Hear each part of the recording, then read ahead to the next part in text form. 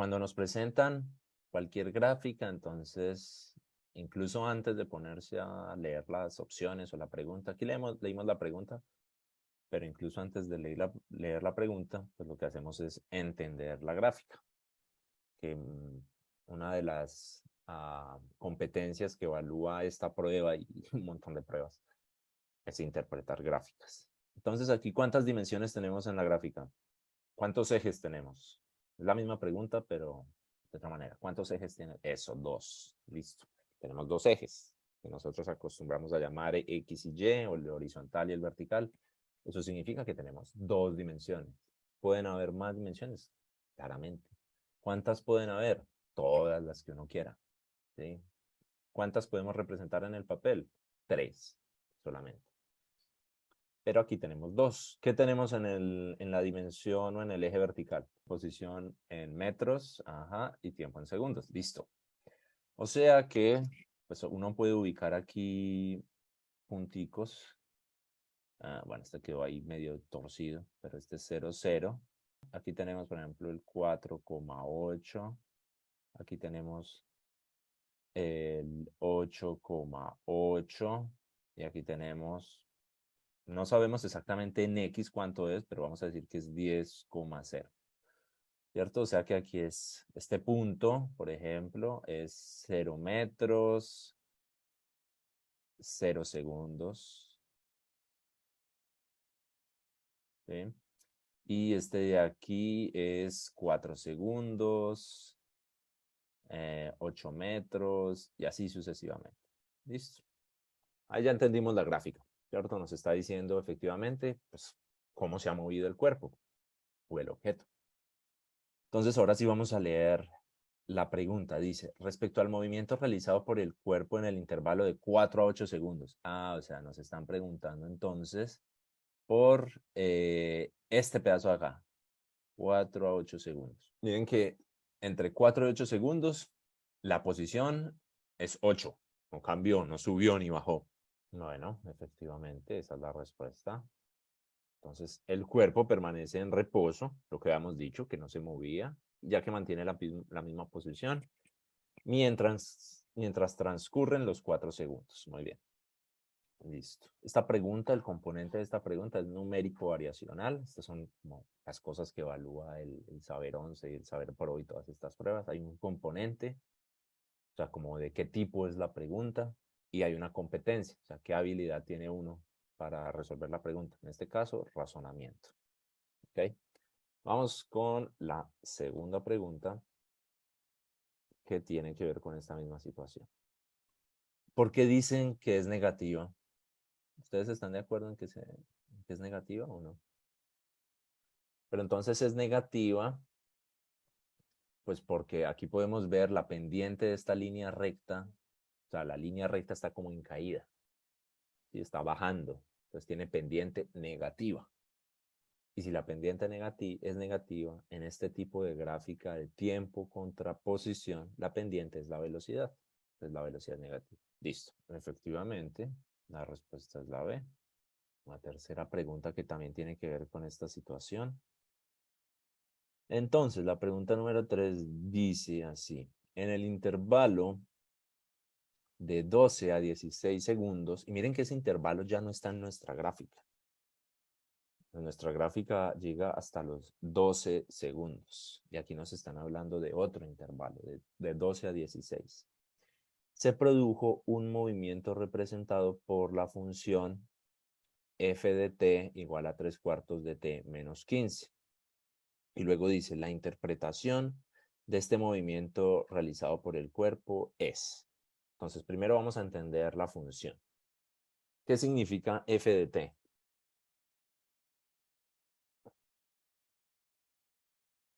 Vamos a copiar por aquí. F de t es igual a 3/4 de t menos 15. Posición respecto al tiempo. Listo, perfecto, eso es. Entonces, esta f es el nombre de nuestra función. Esta es la función. Le pudimos haber colocado otra letra, sí, se pudo haber llamado X, Y, le pudimos haber puesto posición, cualquier cosa, es el nombre. Y entre paréntesis colocamos las variables de las cuales depende nuestra posición o nuestra función. Entonces la función va a depender de quién, de t. ¿Y por qué depende de t?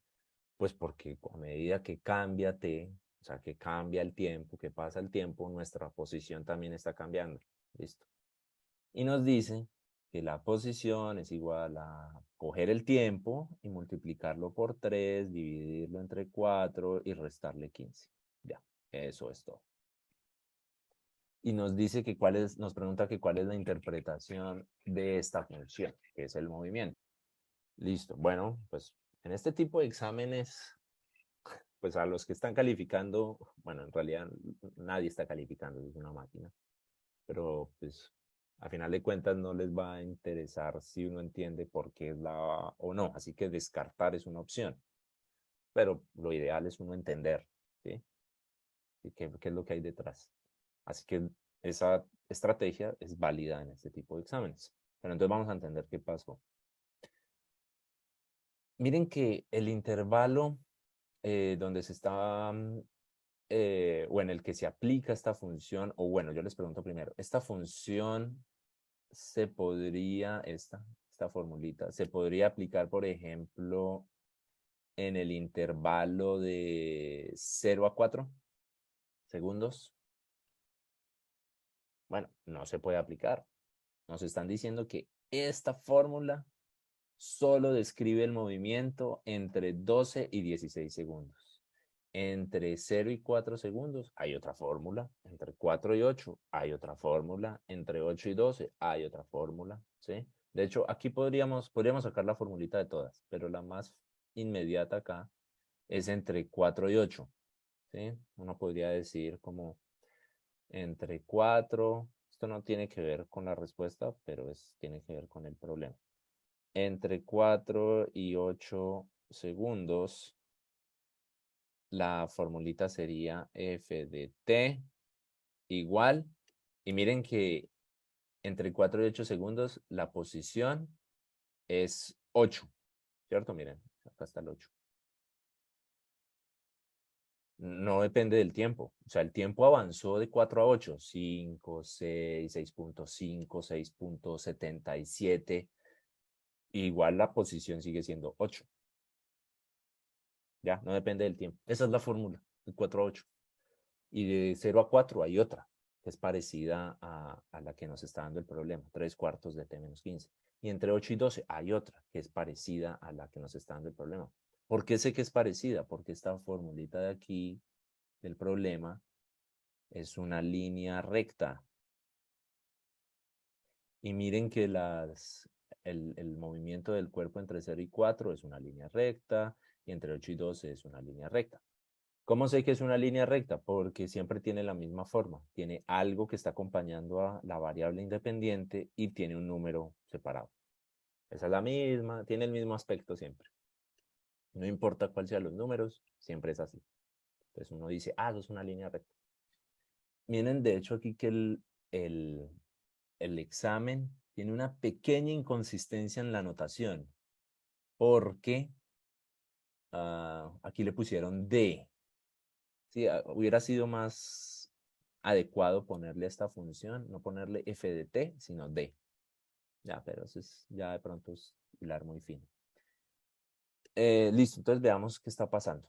Como esta fórmula se puede aplicar entre 12 y 16, pues reemplacemos t por 12, ¿cierto? O sea que donde está la t ponemos 12. Menos 6, ¿qué? Metros, eso. Listo. O sea que en el inicio del intervalo, que es 12 segundos, la posición del cuerpo es menos 6. Vamos acá y buscamos 12 segundos, es aquí, menos 6. Miren, es acá. 12 menos 6. O sea, se unió con la línea anterior, lo cual tiene sentido, ¿sí? Pues no pudo haber saltado así de menos 6 a 6 instantáneamente, ¿no? Listo. Ahora veamos qué pasa al final del intervalo. cuando t vale 16 segundos. O sea, 3/4 de 16 menos 15. O sea que vamos y buscamos el punto 16 menos 3, ¿cierto? Entonces buscamos 16. Pues para mantener la misma proporción de la gráfica, 16 estaría como por acá. Y menos 3 estaría como por acá. Entonces esto es 16, menos 3. ¿Cierto? Y acá está menos 3. Esto es una línea así. Esto es una línea punteada así. Y el cuerpo hace esto. ¡Shun! Listo. Entonces pasó de menos 6 a menos 3. Listo. Ahora sí, ¿cuál creen que es la respuesta?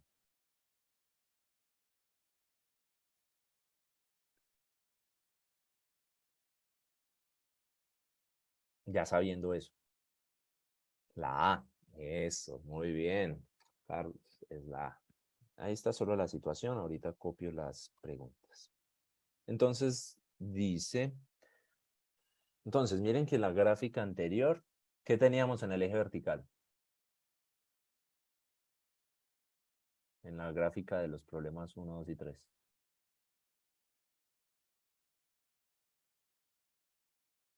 En el eje horizontal tenemos lo mismo en ambas gráficas. Tiempo, aunque este está en horas. El anterior estaba en segundos. Y el anterior, el eje vertical que tenía,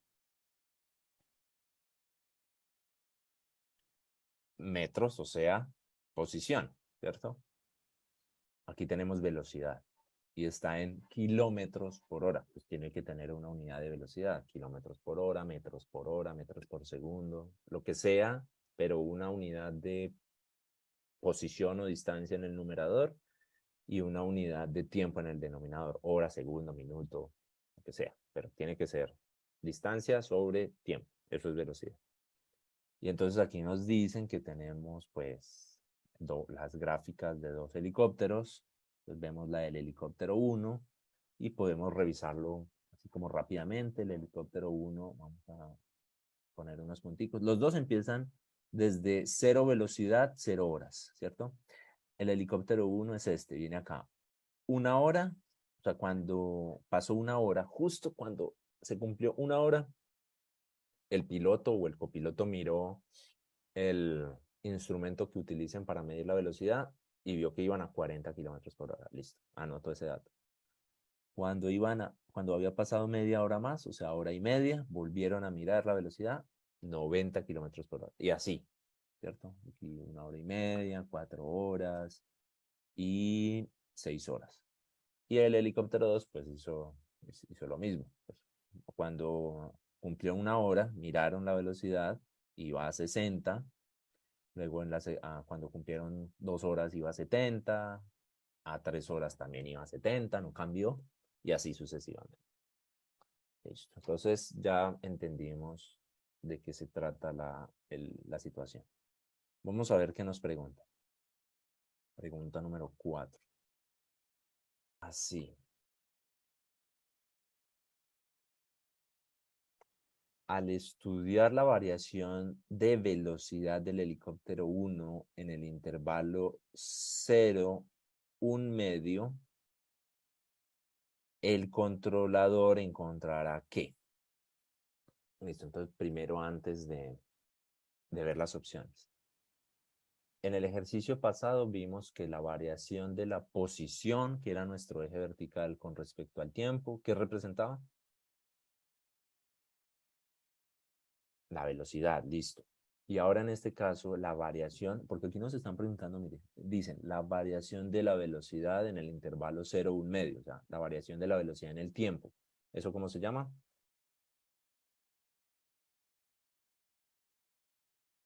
Aceleración, listo. Ya, entonces siempre que vean una gráfica de posición contra tiempo, probablemente les van a preguntar cosas sobre la velocidad. Y cuando vean gráficas de velocidad contra tiempo, probablemente les van a preguntar cosas sobre la aceleración. Y aquí nos están preguntando precisamente eso. La variación de la velocidad del helicóptero 1 entre este pedacito que estoy pintando de azul y este otro. O sea, esa curva entre 0 y 1, un medio. Y el controlador aéreo va a encontrar qué. Entonces vamos a leer las opciones. Entonces vamos a escribirlo por acá. Nos están preguntando por la variación de la velocidad. Y miren que todas las opciones nos hablan de variación promedio, variación promedio, variación promedio, variación promedio. Pues la velocidad promedio, muchas veces lo representan así, con una barra. Entonces la velocidad, la variación de la... Pero bueno, de hecho esto no es la velocidad, esto es la aceleración. Entonces, aceleración promedio, eso, que es una diferencia de velocidades. Entonces vamos a esos dos puntos. Los puntos es 0, 0. ¿Cierto? 0, 0. Y el otro punto es un medio 90, porque aquí nos están preguntando en el intervalo 0, o sea, acá, y 1 hora y media. Entonces este es el punto 1 y este es el punto 2. Entonces uno lo que hace es restar los dos puntos, ¿sí? Entonces resta las y en el numerador y las x en el numerador. O sea, los valores del eje vertical en el numerador y los valores del eje horizontal en el denominador. ¿Qué tenemos en el eje vertical? Tenemos velocidades. Entonces podemos restar 90 menos 0 o 0 menos 90, no importa. Vamos a coger, por ejemplo, punto 1 menos punto 2, o sea, 0 menos 90. Y ahora restamos los valores en el eje vertical. Pues tiene que ser en el mismo orden. Si en el numerador cogimos primero el punto 1, en el denominador también cogemos primero el punto 1. O sea, 0 menos un medio. 0 menos un medio. Listo. Si no los cogen en el mismo orden, se les cambia el signo. Entonces eso les quedaría menos 90 sobre menos un medio. Los signos negativos se van a cancelar. Aquí es un medio, no 3 medios, porque es hora y media, ¿cierto? Voy a borrar esto. A ver. Listo, 3 medios, que es 1.5 horas. Y el 2 sube a multiplicar, el 3 nos queda abajo. 9 por 2, 18, 180 sobre 3, y eso nos da 60. ¿Qué unidades tenemos? Pues nos van a dar unidades de kilómetros. ¿Sí? Sobre hora. ¿Listo? ¿Y cuál opción tenemos acá? Acá está, 60. La C. ¿Listo? ¿De dónde salieron los 3 medios? Pregunta Carlos. Listo.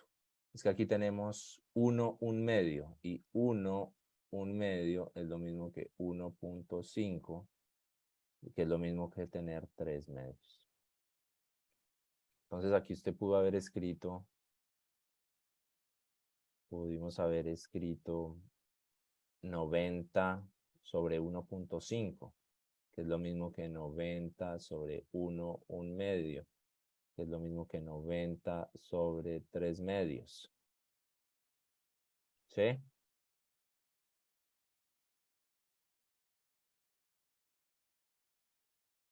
Sí, lo voy a poner más bien como B promedio. Entonces ya tenemos la número 4. Vamos con la número 5. El volador de una torre cercana usa la información gráfica de los vuelos de los helicópteros 1 y 2 para dar una descripción del vuelo de otro helicóptero. O sea, vamos a formar una tercera gráfica, tomando como referencia las dos primeras gráficas. La descripción que él hace es la siguiente. En el intervalo de tiempo 0,2 horas, el helicóptero, o sea, el tercer helicóptero, el nuevo, aumentó constantemente su velocidad. Luego de esto, y hasta las 3 horas, o sea, entre la hora 2 y la hora 3, estabilizó la velocidad de tal forma que esta fue 8 séptimos de la velocidad del helicóptero 2. Finalizó el recorrido disminuyendo la velocidad al doble del ritmo en que el helicóptero 1 lo hizo en las 2 últimas horas de vuelo. De acuerdo con esto, la persona que tomó nota de la descripción puede crear el gráfico siguiendo estas instrucciones. ¿Listo? Entonces aquí tenemos el gráfico. Y esta es la pregunta 5. A ver, ¿cuál creen que es la respuesta? Y ya la analizamos. En el intervalo 0-2 horas, el helicóptero aumentó constantemente su velocidad. Vamos con la opción A. En el intervalo 0 o 2 horas. Esta es la gráfica del tercer helicóptero, ¿no? Del que estamos, o sea, la gráfica que estamos construyendo. En el intervalo 0-2, ¿el helicóptero aumentó constantemente la velocidad? ¿Sí o no?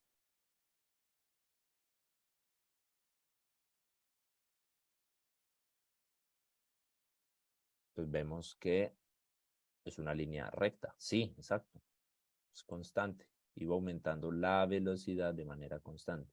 En la gráfica B, ¿también? También, es lo mismo. En la gráfica C, de 0 a 2, también, miren, es una línea recta.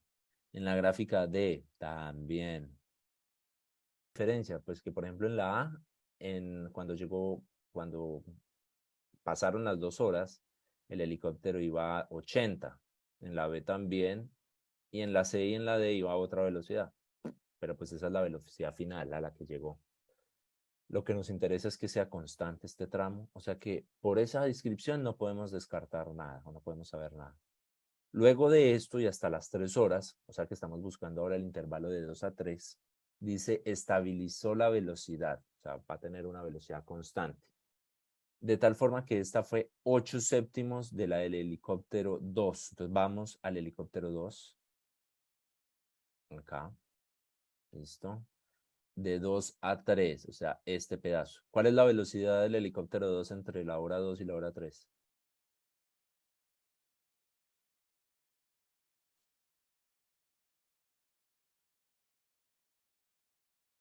70.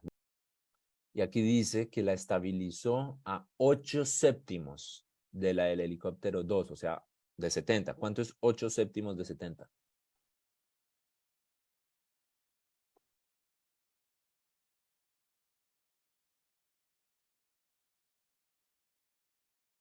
80. Listo. ¿Cómo hacemos para saber eso? Pues cogemos 8 séptimos de 70, pues es como coger 70 y lo dividimos entre 7, nos da 10 por 8, 80.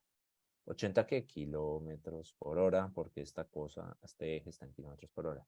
Entonces necesitamos las gráficas que tengan 80 entre 2 y 3. ¿Con cuáles gráficas nos quedamos? Gráficas nos quedamos. Que entre 2 y 3 haya 80 kilómetros por hora. A y B, listo. Ya sabemos que la respuesta está entre A y B. Seguimos con el último tramo para poder saber cuál es la respuesta. Luego finalizó el recorrido disminuyendo la velocidad al doble del ritmo en que el helicóptero 1 lo hizo en las 2 últimas horas de vuelo. Entonces vamos a buscar las 2 últimas horas de vuelo del helicóptero 1. Vamos a ver. Helicóptero 1, acá está el helicóptero 1. El helicóptero 1 terminó en la hora 6. O sea que las 2 últimas horas es de 4 a 6, ¿cierto? ¿Cuál fue el ritmo? Porque aquí nos está diciendo exactamente eso. A ver. Al doble del ritmo en que el helicóptero 1 lo hizo en las en las 2 últimas horas de vuelo. Así que tenemos que hallar el ritmo del helicóptero 1 en las últimas 2 horas. ¿Cómo hallamos el ritmo? Es lo mismo que hicimos para la pregunta 4. Pues es hallar la variación, ritmo o variación. Entonces, ¿qué cogemos? Vamos a coger este punto, lo vamos a llamar punto 1, podemos llamar como queramos. Y este otro punto, 6,0. Este es el punto 2. Entonces, vamos a decir que nuestra aceleración promedio o la variación promedio de la velocidad es, cogemos los valores en Y del eje vertical. Entonces vamos a coger 90 menos el otro, menos 0. Y ahora los del eje horizontal. 4 menos 6. Así, 4 menos 6. ¿Y esto cuánto nos da? 90 sobre menos 2. O sea, que esto nos da menos 45 kilómetros por hora al cuadrado. Listo, o sea, el ritmo fue de menos 45 kilómetros por hora al cuadrado. O sea, fue su desaceleración, pues una aceleración negativa. Entonces, tenemos que buscar una gráfica que tenga el doble de esto. Pues porque aquí dice, disminuyendo la velocidad al doble del ritmo. ¿Cuánto es el doble de menos 45?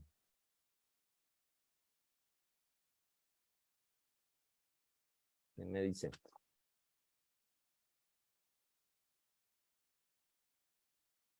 Doble de menos 45.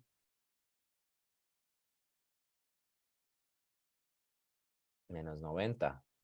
Listo. O sea que necesitamos una gráfica que su ritmo en las últimas 2 horas sea de menos 90 kilómetros por hora al cuadrado. Y solo tenemos la A y la B. ¿Cómo hacemos para averiguarlo? Lo mismo que acabamos de hacer. Toca hallar esta pendiente y esta pendiente, ¿cierto? Entonces, vamos con la opción A. Tenemos, sí, 80 menos 0, valores del eje vertical sobre valores del eje horizontal, en el mismo orden. 3 menos 5, ¿cierto? O sea, 80 sobre menos 2, o sea, menos 40. Listo. Menos 40 sobre kilómetros sobre hora al cuadrado. Esta no es. O sea que ya por descarte sabemos que es la B. Pero verifiquémoslo. Hagamos el cálculo de la pendiente. Pues tendríamos 0 menos 80 sobre 3.88 menos 3. Esto nos da menos 80 sobre 0.88. ¿Cuánto nos da esto? Pues esto nos da menos 90, aproximadamente menos 90.9 periódico. Kilómetros sobre el cuadrado, que es exactamente lo que nos están preguntando. ¿Listo? Luego le cuenta a Andrés que ascendió una montaña de 4 kilómetros de altura en 2 horas a una velocidad constante y que la descendió en 1 hora también a velocidad constante. Diego afirma que para hacer el mismo recorrido en el mismo tiempo, si fuera a la misma velocidad tanto en el ascenso como en el descenso, esta sería de 3 kilómetros por hora. Esta afirmación es, ahí tenemos las opciones, pero aquí en esta pregunta toca prestar mucha atención a lo que está diciendo Diego. Entonces vamos a anotar por acá. Él dice que puede hacer el mismo recorrido. ¿Cuánto fue el recorrido? ¿Quién me dice cuánto fue el recorrido? ¿Qué distancia?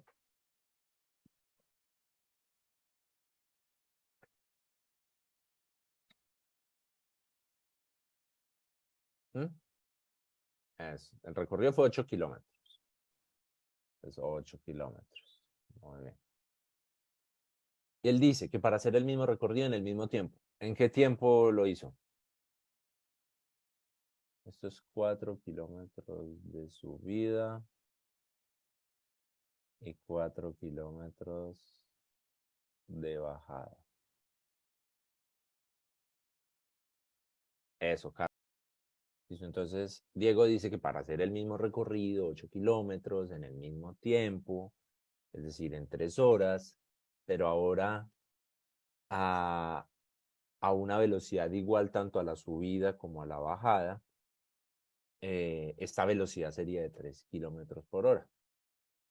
Y entonces lo que nos dice el ejercicio como esta afirmación de que sería 3 kilómetros por hora es. Entonces, a ver, pues sabemos, tenemos nuestra fórmula de movimiento con velocidad constante, espacio, distancia, es igual, pongámosle más bien distancia, distancia igual a velocidad por tiempo.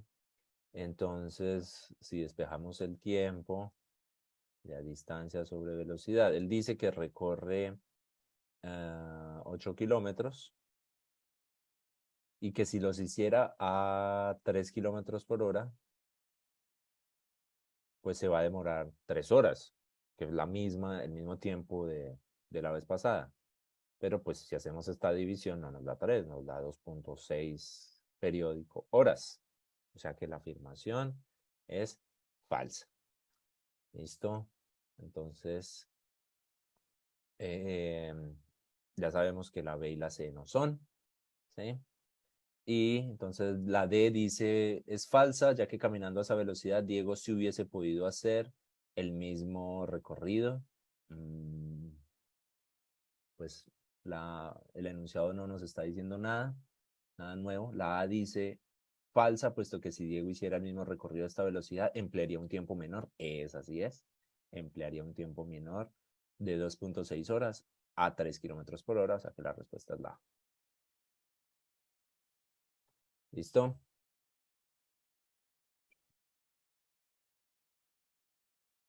Bueno. Bueno, vamos con la pregunta número 7. ¿Dónde la tengo? Acá está. Entonces, a ver, si se dieron cuenta que hace como 2 semanas, según los cálculos, ya cuántas personas hay en la Tierra, en el planeta Tierra. ¿Vieron por ahí la noticia del número de habitantes? ¿No? 8.000 millones. Hace como 2 semanas alcanzamos los 8.000 millones de habitantes en el pobre planeta Tierra. En 1980, pues yo no sé si este dato sea real. A lo mejor sí. En 1980, entonces habían 4.500 millones. Si son millones, pues son 6 ceros más. Listo. 4.500, pero como es un número tan grande, vamos a poner solamente 4.500 millones. Ya. Y se observa un crecimiento de cerca del 2% anual. Entonces, en el 1981, pues había un 2% más, o sea, el 2% de 4.500 millones y en el 1982, bueno, y así. Encontrándose que la expresión que proporcionaba la información del número de millones de habitantes en la Tierra después de T años, esta parte es importante, a partir de ese año era, entonces, H de T. ¿Qué es H de T? H de T al final va a ser un número. ¿Y qué es ese número?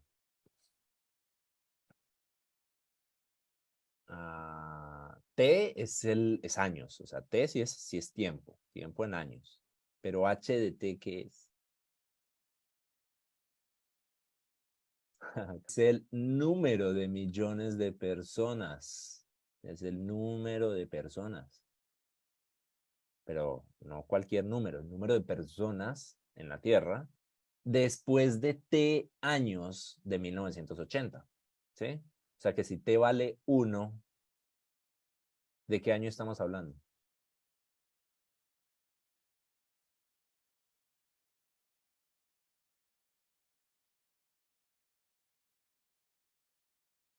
Si T vale 1,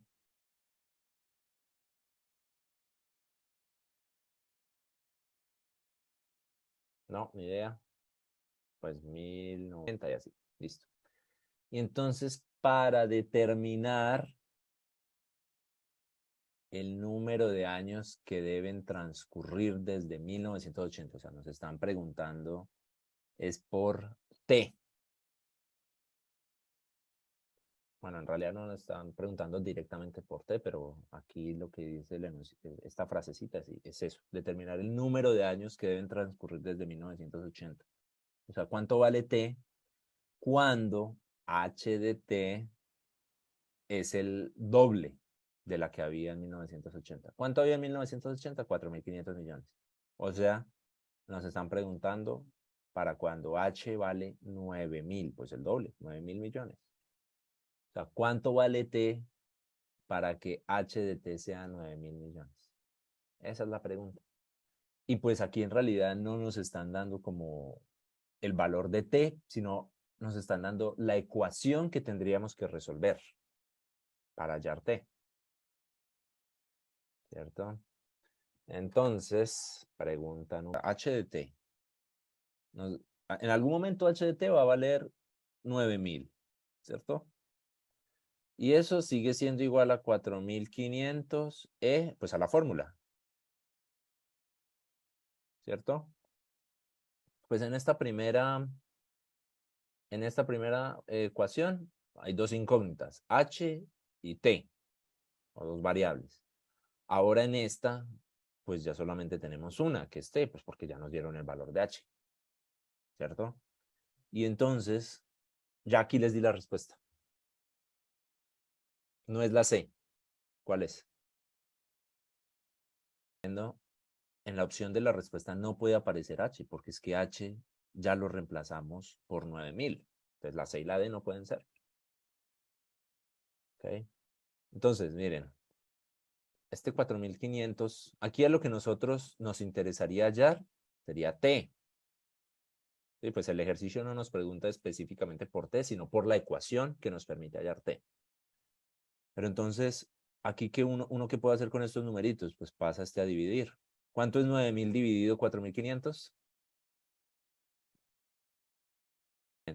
2 igual a E a la 0.02T. Y o sea que la respuesta es la B. ¿Listo? Ahora, si el ejercicio preguntara el valor de T, entonces, ¿qué haríamos? Como a este lado tenemos el número de Euler, ¿esto cuánto vale? Vale 2, es un número irracional, o sea, tiene infinitos decimales, 2.71 y no me sé más. ¿Sí? Y aparece en muchas situaciones de la vida y de matemáticas. Entonces, ¿cómo hacemos para bajar la t de allá del exponente? Pues como tenemos aquí Euler, aplicamos la función inversa a la exponenciación, o sea, el logaritmo natural. Entonces aplicamos logaritmo natural a ambos lados, ¿cierto? Logaritmo natural de e a la 0.02t. Esto no nos lo está preguntando, pero podrían preguntarlo. ¿Listo? No lo preguntan simplemente por esto, porque uno tendría que resolver esto sin calculadora, pues sí, es bastante difícil. Pero uno lo podría dejar expresado, o sea, simplemente lo dejamos como un logaritmo natural de 2 y aquí aplicamos la propiedad de los logaritmos y pues como este logaritmo es en base e, ¿sí? Por eso se llama logaritmo natural. Entonces, de alguna manera, esto con esto da 1. Y este exponente lo bajamos. O sea que nos queda 0.02t. Y el logaritmo natural de e, pues da 1. Pues ahí está acá, 1, 1. Y ya podemos despejar t. Entonces sería logaritmo natural de 2 sobre 0.02. Ese sería t, que es el número de años después de 1980. ¿Para qué? Para que haya 9.000 millones de personas en el mundo según esta ecuación de acá. Según esta. ¿Cierto? Eso es un modelo. Esa ecuación es un modelo matemático del crecimiento de la población. Y si ustedes resuelven esto ya con una calculadora, les da 34.6, creo que es 6 periódico. Años. ¿Qué unidades tiene? Años. O sea que, ¿qué año vendría siendo? Según este modelo matemático y teniendo en cuenta que T vale 34.6, ¿qué año supuestamente o en qué año supuestamente hubiéramos alcanzado los 9.000 millones?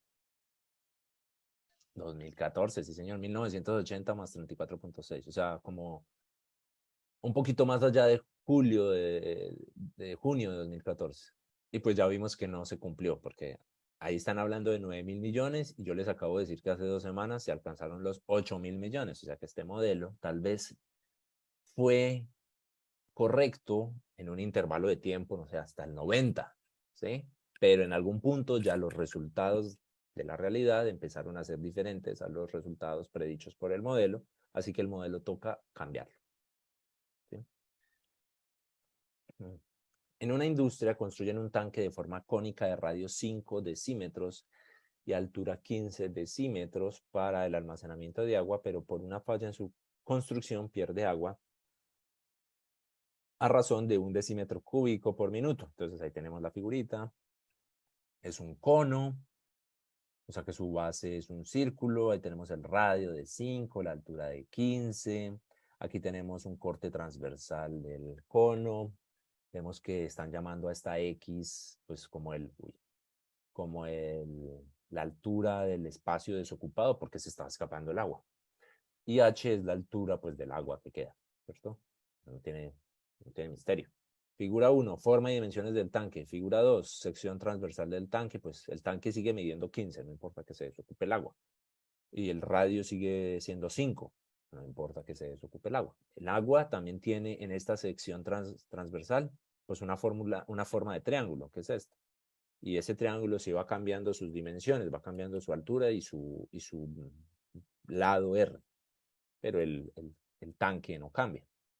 Al cabo de t minutos, h de t, aquí está h en función de t, o sea, del tiempo, porque ya estamos llamando t, representa a la profundidad del agua en un instante t, b la altura del tanque en t minutos, c el espacio desocupado en el tanque en un instante t, d el tiempo que tardó en desocuparse una parte del tanque. Pregunta 8. Por ejemplo, la B, la altura del tanque en T minutos. ¿Cuál es la altura del tanque?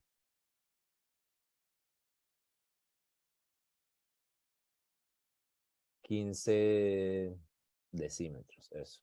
¿La altura cambia?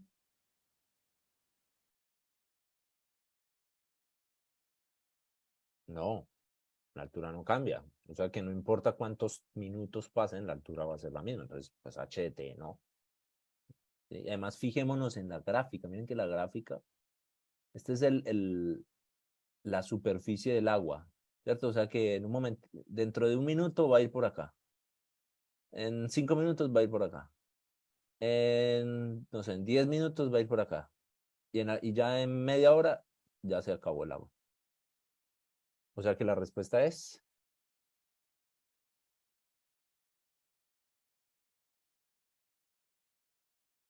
Carlos, la respuesta es la A. Muy bien, ok. En la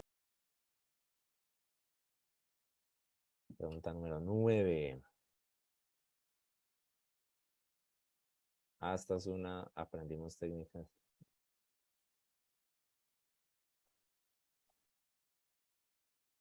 Estamos aprendiendo técnicas de abordaje de preguntas. ¿Listo? Hay que entender muy bien y comprender el enunciado. Listo. Las siguientes 3 preguntas, que son las que creo que vamos a hacer antes del receso, tienen que ver con esta teoría. El mismo examen da la teoría. O sea, dice como, ustedes van a editar estas fórmulas.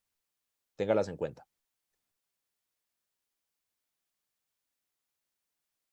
Y cuando el examen dice eso, hay 99% de probabilidad de que uno va a usar esas fórmulas. ¿Sí? Muy raro pues que le den una fórmula para confundirlo a uno. Entonces dice, tenemos un triángulo cualquiera, no cumple ninguna condición, no tiene que ser rectángulo, isósceles, escaleno, equilátero, nada. Tenemos el nombre de los vértices A, B y C. Tenemos el nombre de los lados A, B y C, pero minúsculas. Y tenemos 2 teoremas, el teorema del seno y el teorema del coseno. Entonces, el teorema del seno son unas proporciones. ¿Proporciones entre qué? Pues entre el seno, por eso se llama así, entre el seno de los ángulos y su lado opuesto. sea, seno de A, este es A. Entonces dice que si uno coge y le obtiene el seno de este ángulo y lo divide entre este valor, esa división, una división es una proporción, ¿cierto? Una razón, eso tiene muchos nombres, proporción, razón, relación, división. Esa división va a ser igual a coger el seno de este ángulo y dividirlo entre su lado opuesto. Y eso es igual a coger el seno de este ángulo y dividirlo entre el lado opuesto. Eso es lo que nos dice ese teorema. Y ahora vamos para el otro teorema. Teorema del coseno. Este nos sirve para hallar un lado, ¿cierto? De manera explícita. O sea, miren que aquí el lado A minúscula está despejado. Bueno, está al cuadrado, pero uno le saca raíz cuadrada y ya. De manera explícita, este teorema nos sirve para hallar un lado. El teorema del seno no nos dice explícitamente para qué. Uno puede usarlo para hallar un lado o puede usarlo para hallar un ángulo, ¿sí? Aquí en el teorema del coseno uno también podría despejar este ángulo, ¿sí? Pero pues no es como su principal función. Y nos dice el teorema del coseno que un lado al cuadrado va a ser igual a la suma de los otros dos lados al cuadrado, o el cuadrado de los otros dos lados, y le restamos el producto de esos dos lados multiplicado por el coseno de ¿cuál ángulo? Pues del ángulo correspondiente, o opuesto, más bien, opuesto al lado que estamos hallando. Entonces, si estamos hallando a A, la formulita va a tener el coseno de A, que es el ángulo opuesto. Y lo mismo aplica con B y lo mismo aplica con C. Listo. Entonces ya uno entiende eso. Uno dice, yo no me acordaba de esto, pero ya lo entendí.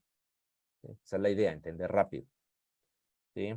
Y vamos a ver cómo lo aplicamos en lo que nos preguntan. Menos mal me lo recordaron porque no me acordaba.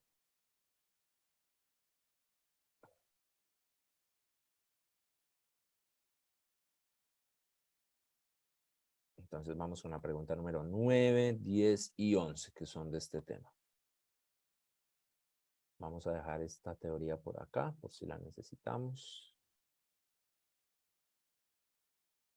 Listo. Entonces, dice, a ver, ¿dónde está? Mariana, ¿puedes leer el 9?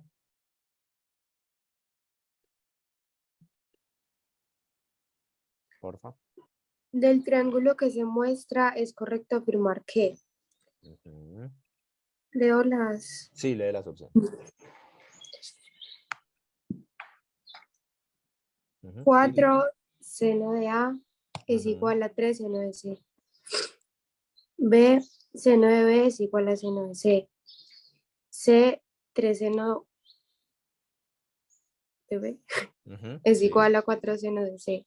sí. D, 6 seno de A es igual a seno de C. Listo. Muy bien, entonces en el chat envíen cuál opción creen que es la respuesta correcta.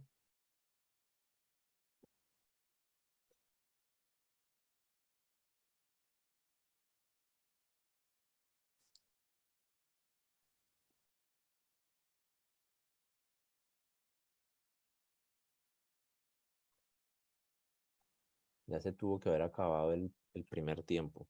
Ya se está acabando.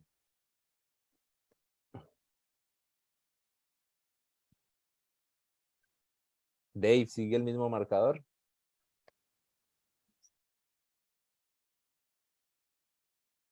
¿No? ¿2-0? No, qué triste. Bueno, igual yo quiero que Países Bajos le vaya bien. Aunque en la próxima ronda seguramente le va a tocar con Argentina y no, me gustaban los dos. Bueno, ¿cuál es la respuesta a la pregunta 9? Gracias, Dave.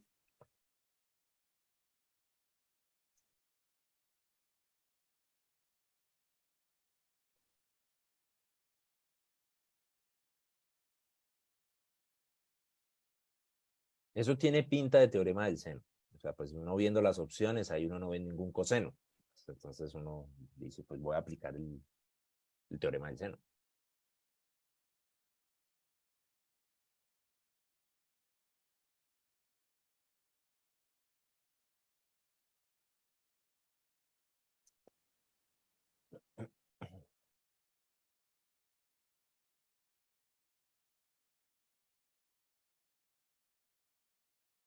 Carlos dice que la B. A ver, ¿alguien más?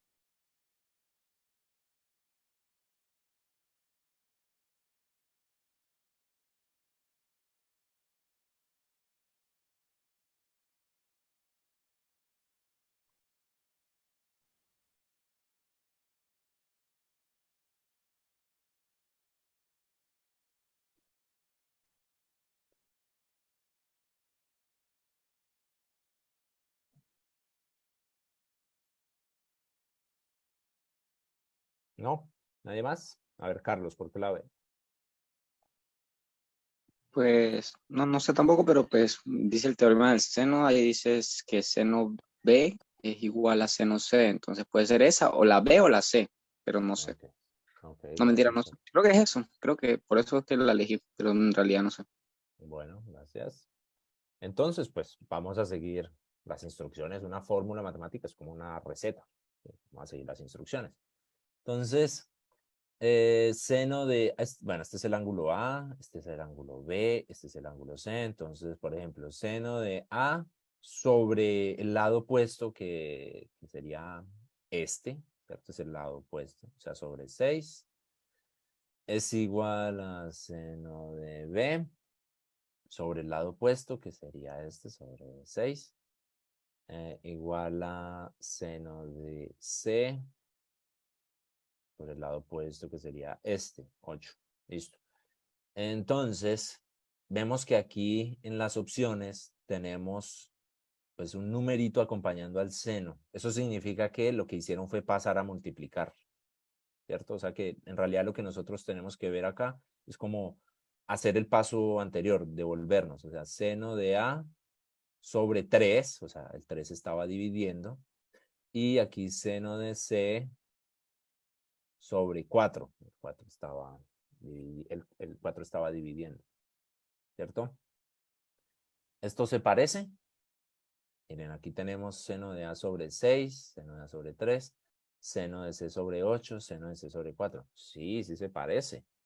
¿Por qué se parece? Porque es como haber cogido acá, entonces seno de A sobre 6 es igual a seno de C sobre 8. Y lo que podemos hacer es multiplicar a ambos lados por 2. Pues como multiplicamos a ambos lados, se mantiene la ecuación, no estamos alterando nada. Entonces este 2 se va a simplificar con este 6, que haría seno de A sobre 3. Y este 2, pues el 2 del lado derecho se simplifica con el 8, entonces quedaría seno de C sobre 4. Y es exactamente igual. O sea que efectivamente la respuesta es la A. Si ustedes hacen un procedimiento similar con B, C y D, pues no les va a coincidir. ¿Sí? Por ejemplo, la B, seno de B es igual a seno de C. No, no es posible. Porque aquí tenemos seno de B sobre 6 y seno de C sobre 8. Si ambos fueran con denominador 6 o con denominador 8, pues ahí sí se cancelan y quedaría seno de B igual a seno de C. Pero no. La C, seno de B, aquí sería seno de B sobre 4, porque el 4 pues estaba dividiendo y sabemos que no, es seno de B sobre 6. Y aquí en la opción C tenemos seno de C sobre 3. Tampoco es correcto, sabemos que es seno de C sobre 8. Y lo mismo con la opción D. ¿Listo? De B, entonces nos están preguntando por B y por seno de alfa. ¿Listo? No nos están preguntando por alfa, sino por seno de alfa. Y nos están dando dos valores. Si nos están dando estos dos valores es porque seguramente los vamos a necesitar. Seno de 60 grados es raíz de 3 medios y coseno de 60 grados es 1 medio. Y listo, y nos preguntan que cuál es la respuesta. Entonces, número, pregunta 10. A. El lado B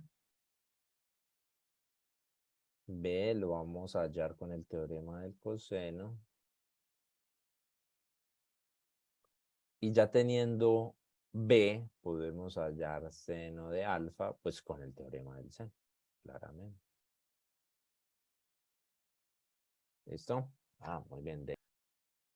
Y yo les dije que la respuesta era la A y que vamos a hallar b con el teorema del coseno.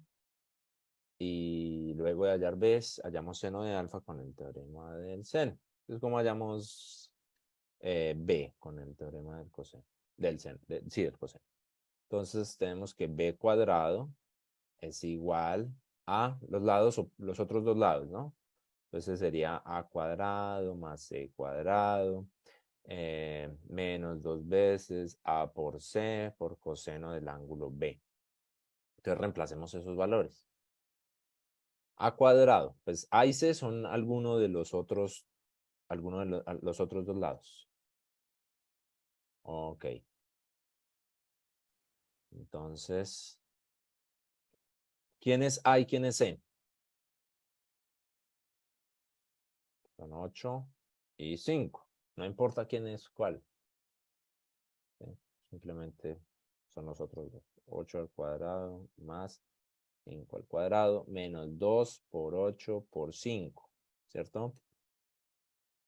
Por coseno de ¿cuánto?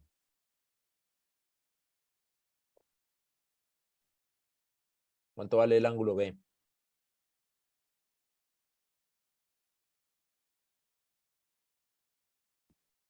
¿Qué me dicen?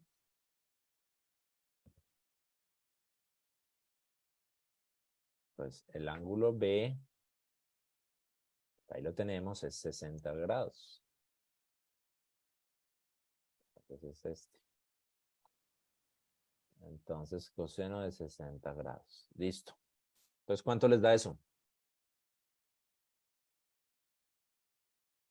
A ver, ayúdenme ahí. ¿Cuánto les da esto? Pues por aquí tenemos 64 más 25 menos 8 por 5, 40 por 2, 80, coseno de 60 grados. Ahí el mismo examen nos lo dice. Es un medio. ¿Cierto? Entonces, aquí un medio. Y si resolvemos todo eso, 64 más 25, eso es 89, menos 80 dividido 2, 40. O sea que ¿cuánto vale B? B vale 7, listo. Con esa sola respuesta, uno no puede descartar ninguna porque todas las opciones dicen B igual a 7. Ahora vamos a hallar seno de alfa con el teorema del seno. Entonces, dice, seno de alfa es al lado opuesto. ¿Cuánto vale el lado opuesto a alfa? Pues es a 5, como pues ahora necesitamos utilizar dos datos que ya tengamos, ¿no? Entonces, por ejemplo, ya sabemos cuánto vale B, ¿cierto? Entonces podríamos decir, como seno de 60 es a B, ¿cierto? No podríamos usar el otro, el C, porque no tenemos este ángulo. Entonces, no, ese no nos sirve.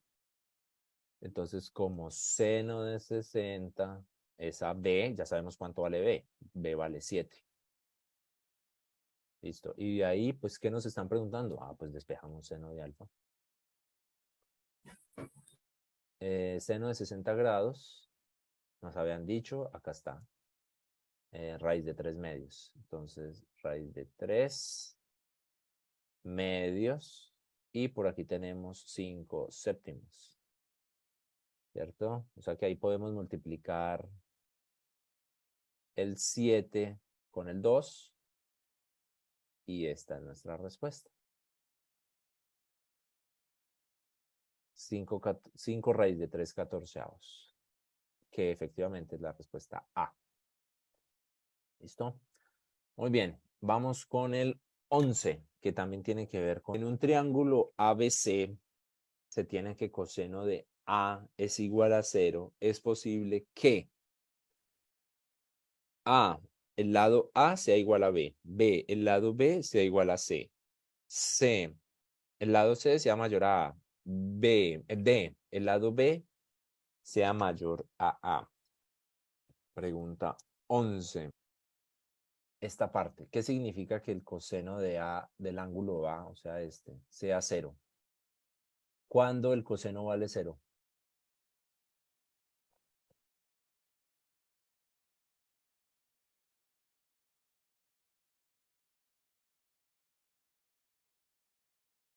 ¿Mm?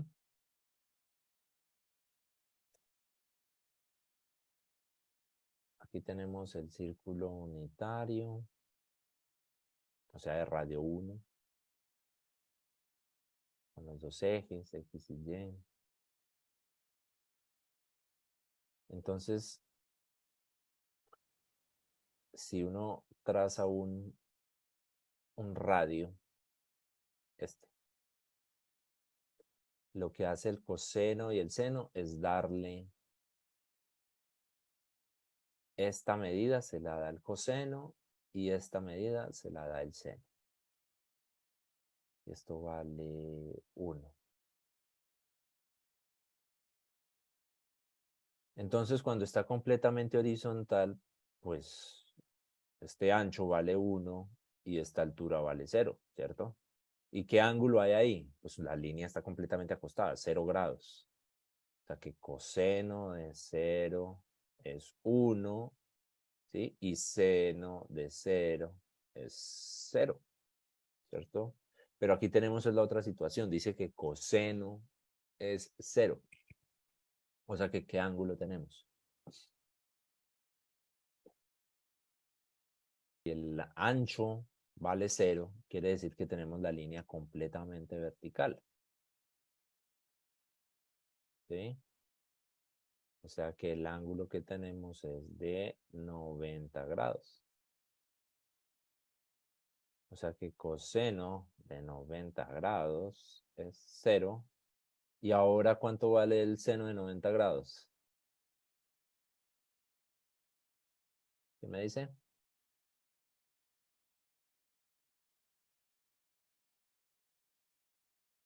Pues como es un círculo unitario, esto vale 1. Así que seno de 90 grados es 1. Listo. O sea que este triángulo ABC tiene un ángulo que mide 90 grados. O sea que tenemos un triángulo ¿qué?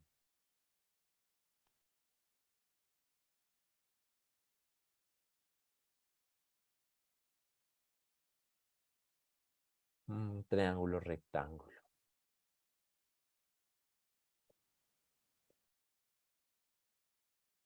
¿Listo? Y si tenemos un triángulo rectángulo, que es este de acá, donde el ángulo A vale 90 grados, porque coseno de 90 grados es 0. ¿Qué teorema se aplica en el triángulo rectángulo?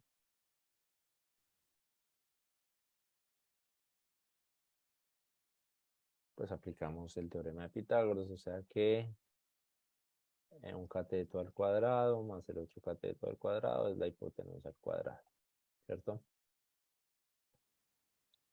Y B y C son menores a A. ¿Sí? Los catetos son menores a la hipotenusa. Entonces, A es igual a B. No, no puede ser. La hipotenusa no puede ser igual al cateto. A uno de los catetos. B igual a C. O sea, los dos catetos son iguales. Puede ser. ¿Sí? Y la misma pregunta nos dice, ¿es posible que? Entonces la B, sí es posible. C es mayor a A. O sea, el cateto C es mayor a la hipotenusa A. No, no se puede. B es mayor a A. O sea, el cateto B es mayor a la hipotenusa A. No, no es posible. O sea que la respuesta es la B. ¿Listo? Nos están hablando ahora de triángulos semejantes. Y nos están dando 3 criterios para que los triángulos sean semejantes. El hecho de que los triángulos sean semejantes simplemente significa que son como similares, o sea, son como, tienen la misma forma, solo que uno es más grande que el otro. Básicamente es eso, mantienen las proporciones. Entonces, ¿cuáles son los tres criterios? El primer criterio solo depende de ángulos. Miren que ahí no hay lados. El último criterio solo depende de lados, o sea, es lo opuesto al primero, no tiene ángulos. Y el segundo criterio, pues depende de ambas cosas, de lados y ángulos. El primero dice que para que dos triángulos sean semejantes, entonces sus lados, sus ángulos correspondientes son congruentes, o sea, son iguales. O sea que el ángulo A, este, es igual a este. ¿Sí? El B es igual a B', el C es igual a C'. Si eso se cumple, los dos triángulos son semejantes. Listo. Ahora veamos el tercer criterio, que no depende de ángulos, solo de lados. Entonces dice que si los dos triángulos son semejantes, significa que los lados correspondientes son proporcionales. ¿Sí? O sea, se mantiene la proporción. O sea que el lado AB, que es este, relacionado con o dividido entre A'B', mantiene la misma proporción que si cogemos el lado AC y lo dividimos entre A' y C', y lo mismo con el otro lado, BC. ¿Listo? Entonces, si AB dividido A'B' da 3, significa que BC dividido B'C' también da 3. Eso es lo que quiere decir. Y por último, el segundo criterio dice que dos pares de lados correspondientes son proporcionales, o sea, para que dos triángulos sean semejantes, dos pares de lados correspondientes deben ser proporcionales y los ángulos comprendidos entre ellos congruentes. Entonces, cogemos dos pares de ángulos, por ejemplo, AB y AC. Entonces, AB y A'B', los dividimos, eso nos da un número. Ese número es igual a si cogemos AC y lo dividimos entre A' y C', ¿listo? Y además el ángulo entre los dos lados, o sea, ¿cuál es el ángulo? Pues tenemos aquí AB y AC. O sea, que es este ángulo. El ángulo A y A' tiene que ser igual o congruente. Si eso pasa, entonces los triángulos son semejantes. Esos son los tres criterios. Entonces, ya recordamos de qué se trataba eso. Vamos con la pregunta 12.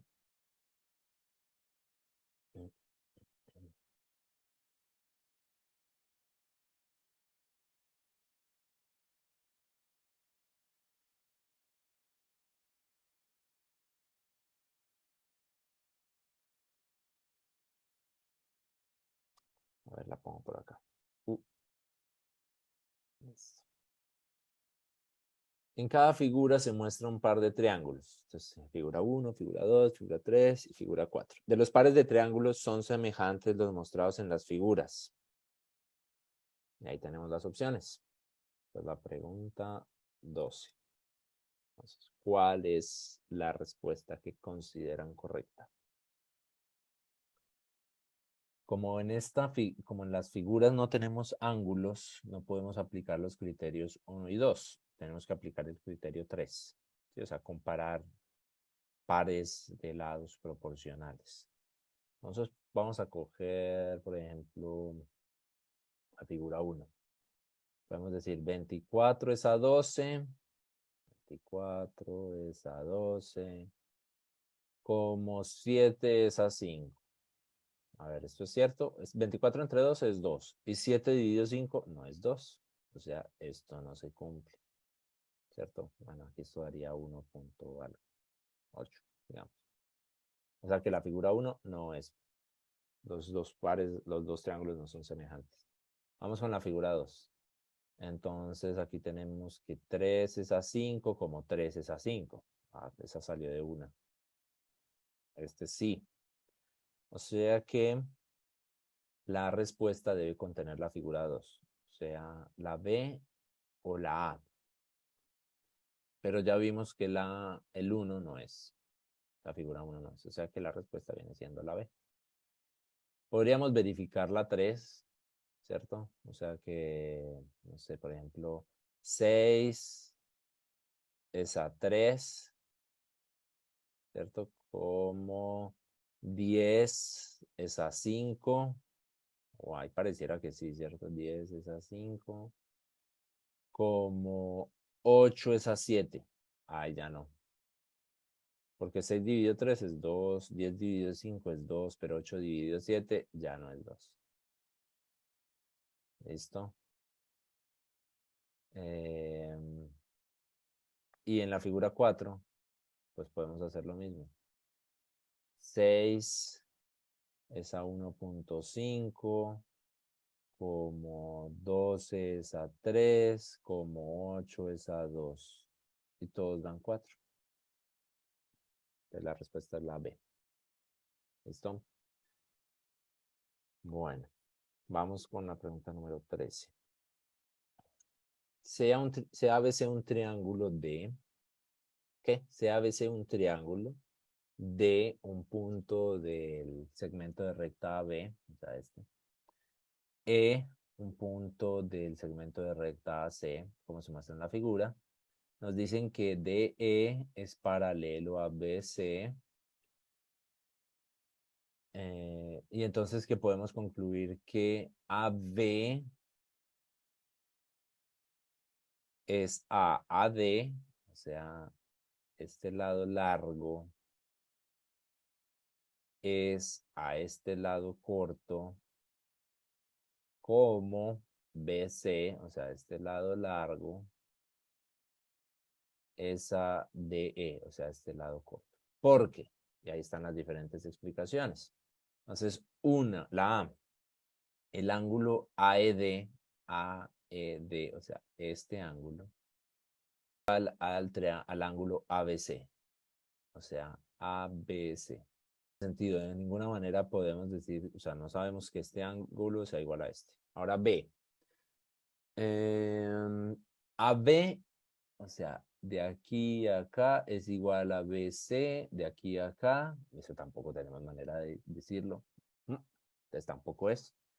Ahora C. El triángulo ADE, o sea, este triángulo, es semejante al triángulo ABC, o sea, el grande. Eso sí tiene sentido. O sea, si DE es paralelo a BC, se puede concluir que esta pareja de lados son proporcionales porque ambos triángulos son semejantes. Esta es la respuesta. La D, pues, tampoco tiene sentido. El ángulo ACB, o sea, este ángulo, es con el triángulo. Están comparando un ángulo con un triángulo. Entonces, no tiene sentido. Muy bien, es la C. Vamos con la pregunta número 14. Los triángulos sombreados que aparecen en cada figura son rectángulos. Sobre los lados de cada triángulo se han construido figuras planas semejantes. Entonces tenemos aquí, dice que todos los triángulos son rectángulos. Entonces, estos son los lados rectos. Ahí están los 90 grados. O sea que estas son las hipotenusas. Listo. Y dice, si las áreas de los semicírculos, o sea, en la figura 1, son respectivamente 9 medios de pi centímetros cuadrados y 8 pi centímetros cuadrados de los semicírculos 1 y 2, el diámetro del semicírculo 3 es. Y ahí tenemos las opciones.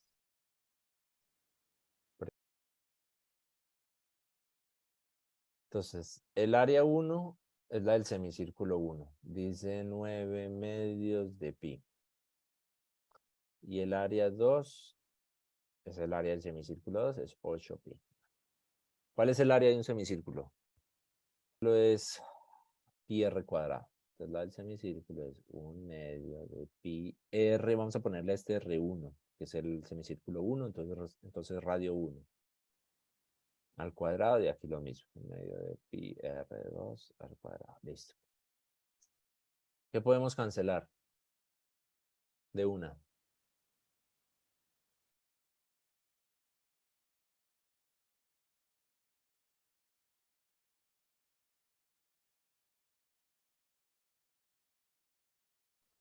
Entonces podemos cancelar pi.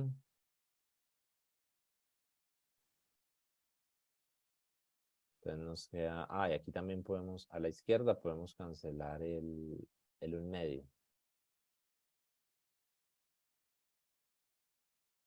Entonces aquí nos queda 9 es igual a R1 al cuadrado. Y aquí nos queda 8 igual a 1 medio de R2 al cuadrado. Listo, ¿cuánto da R1 y cuánto da R2?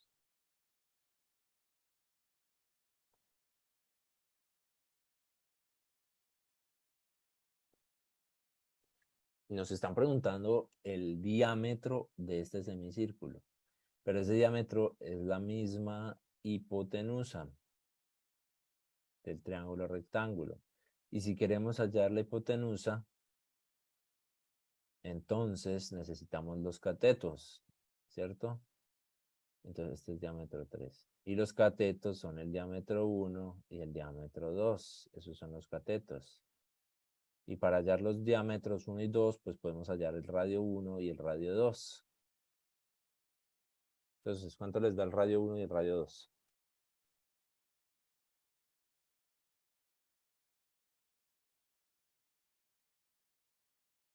El diámetro 1 es el doble del radio 1, o sea, 3 por 2, 6. Y el diámetro 2 es el doble del radio 2, o sea, 8.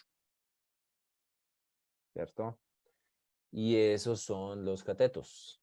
Entonces ahora simplemente hacemos que decimos que el diámetro 3 al cuadrado es igual al diámetro 1 al cuadrado más el diámetro 2 al cuadrado. ¿Cierto? Y lo que necesitamos es el diámetro 3. La raíz cuadrada del diámetro 1 al cuadrado más el diámetro 2 al cuadrado. O sea, la raíz de 36 más 64. ¿Y eso cuánto les da?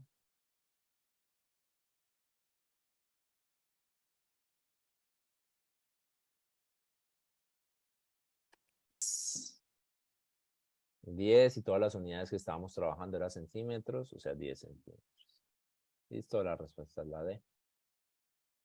Bien.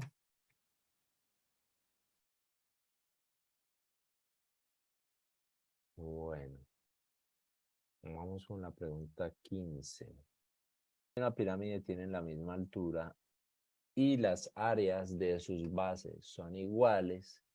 Siempre se cumple que el volumen del prisma es 3 veces el volumen de la pirámide. Entonces nos están dando dos condiciones. Este es el prisma, ¿no? Esta es la pirámide. ¿Cuáles son las condiciones? Tienen la misma altura y las áreas de sus bases son iguales. Si esto se cumple, entonces el volumen del prisma, o sea, de este, es 3 veces el volumen de la pirámide, o sea, este. Entonces, volumen prisma, aquí nos están dando el volumen, es el área de la base, ¿sí? O sea, coger esto, esta base de acá, y multiplicarla por la altura. Eso es el volumen. Y el de la pirámide es coger el área de la base, multiplicarla por la altura y dividirlo entre 3. Listo. Ahora, nos dicen, si un prisma y una pirámide tienen alturas iguales, se cumple la primera condición. El área de sus bases es igual, se cumple la segunda condición. Y el volumen del prisma es 810 centímetros cúbicos. Allá nos están dando el volumen del prisma.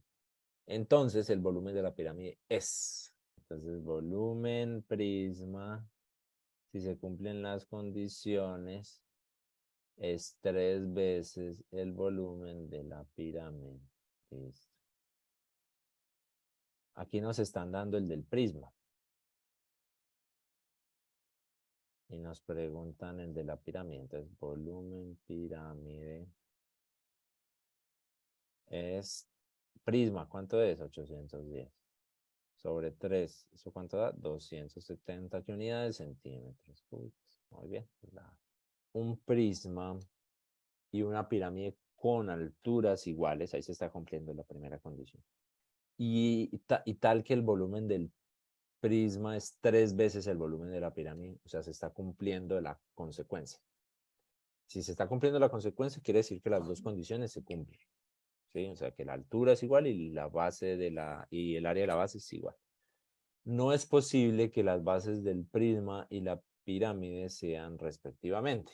Tenemos pues como una vista inferior de los objetos con sus medidas. Pregunta 16. ¿Cuál es la respuesta? Pues que ustedes creen que es la respuesta. Prisma de base cuadrada. O sea, 4 por 4, 16. Y la pirámide también tiene base cuadrada, 4 por 4, 16. La misma área. Entonces, sí puede ser. Esa no es la respuesta. En la B, el prisma, pues suponiendo que el de la izquierda es el prisma, tiene una base cuadrada, 4 por 4, 16. Y la pirámide, suponiendo que la pirámide es la de la derecha, tiene una base rectangular, o sea que su área es 8 por 2, 16, las dos valen 16, o sea que esto sí es posible, que sean las bases, o sea, no es la respuesta. La C, el de la izquierda tiene 8 por 2, 16 de área, y el de la derecha 8 por 4, 32, dividido 2, 16. Listo, o sea que por descarte es la D, y si verificamos, 4 por 4, 16 es el área de la izquierda, y 8 por 2, 16 dividido 2, 8 es el área de la derecha. Tienen áreas diferentes. Y por lo tanto, no pueden ser las bases del prisma y la pirámide. La respuesta es la D. ¿Listo? Vamos con el 17. Usted largo. Pues el enunciado. Entonces 17 y 18. Pues vamos a ver si alcanzamos a hacer los dos. Y nos quedarían haciendo falta solo 6 preguntas.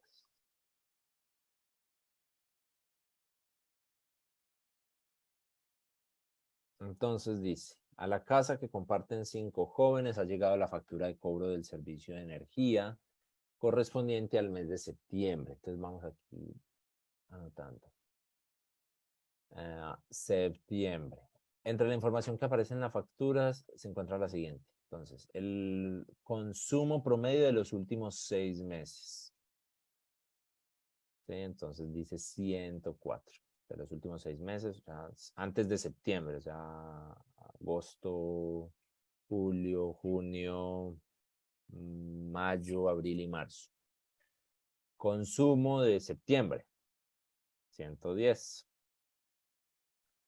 Valor por, miren que acá hay un signo de división, ¿cierto? O sea, esto es en pesos.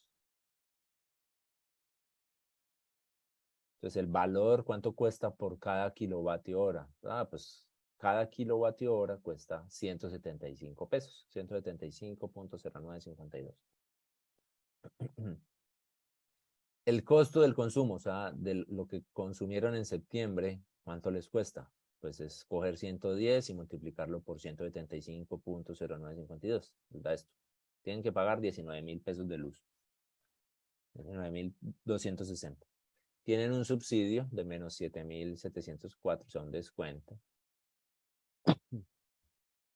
O sea que el valor que deben pagar es 11,556. Es la resta, 19,260 menos 7,704. Dice que ajuste a decena, eso ya son cosas de contabilidad, pues ahí para que les cuadren los números, le suman 4 pesos, o sea que en realidad tienen que pagar 11,560 pesos. Listo.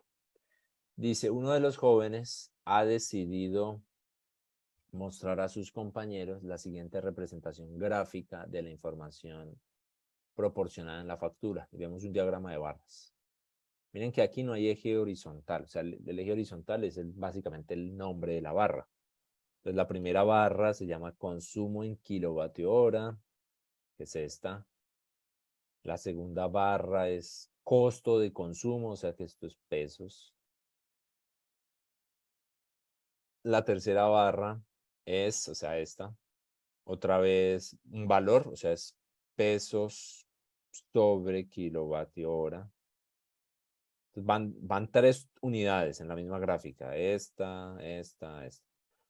La cuarta barra es menos subsidio, entonces es plata, pero pues entonces el muchacho la colocó de para abajo porque es un valor negativo.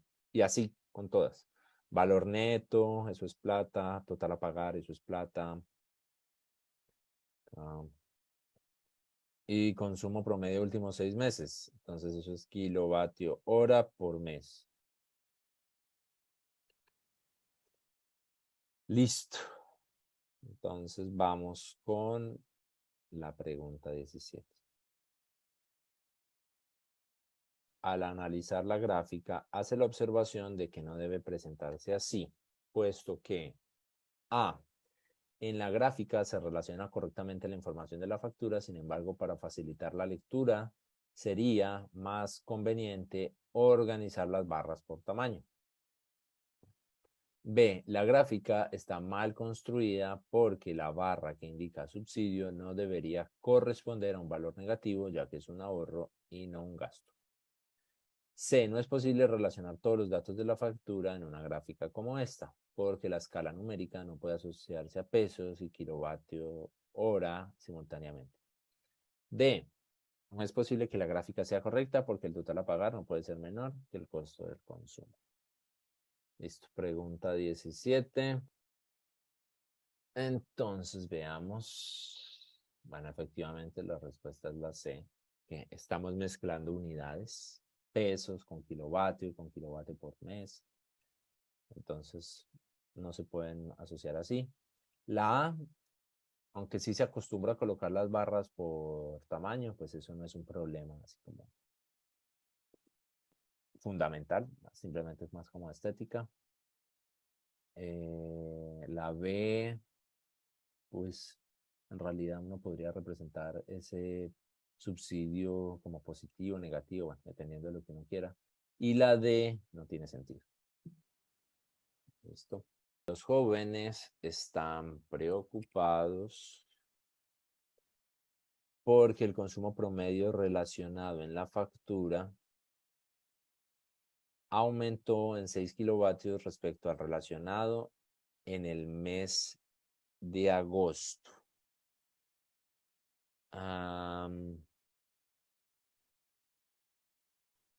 Esperen, entonces coloco aquí pregunta 18 en el chat.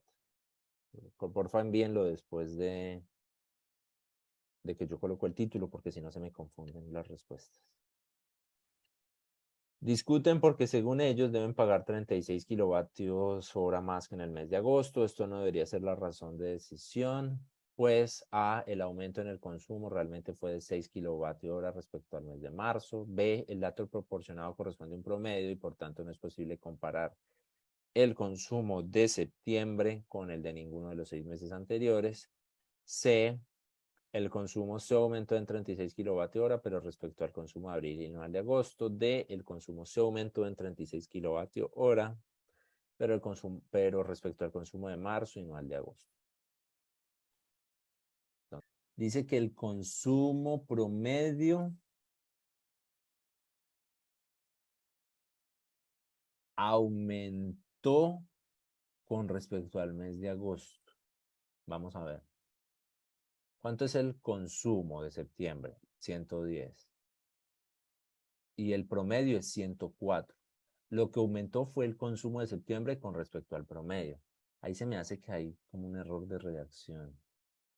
Sí, porque debería ser como el consumo relacionado en la factura aumentó en 6 respecto al relacionado en el promedio, porque no es en el mes de agosto. ¿Sí? Nuevamente, tenemos aquí 110, que es el de septiembre, contra 104, que es el promedio.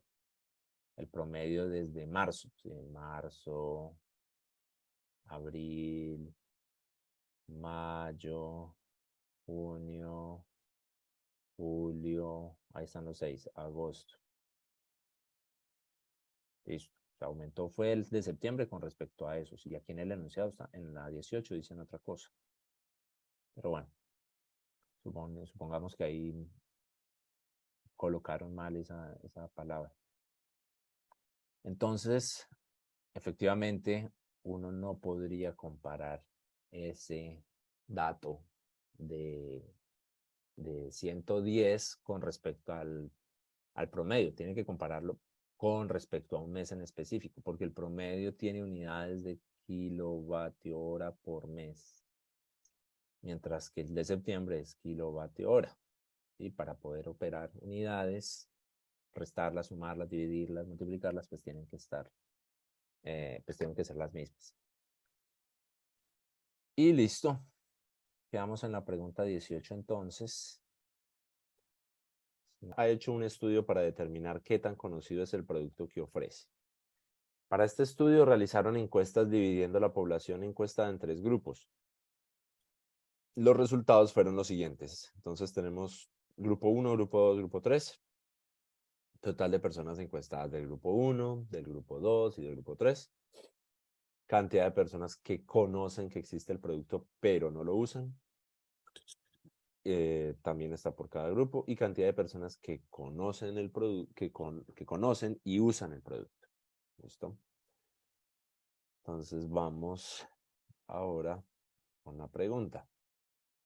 La pregunta es la siguiente.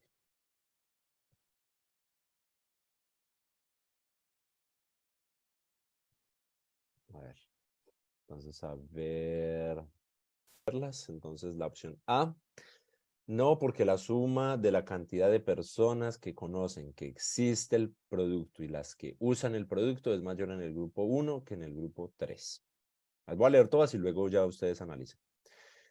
B. Sí, porque la cantidad de personas que conocen que existe el producto pero no lo usan es mayor en el grupo 3 que en el grupo 1. C, no, porque la cantidad de personas que conocen el producto en el grupo 1 corresponde al 21% del total, mientras que en el grupo 3 corresponde al 16%.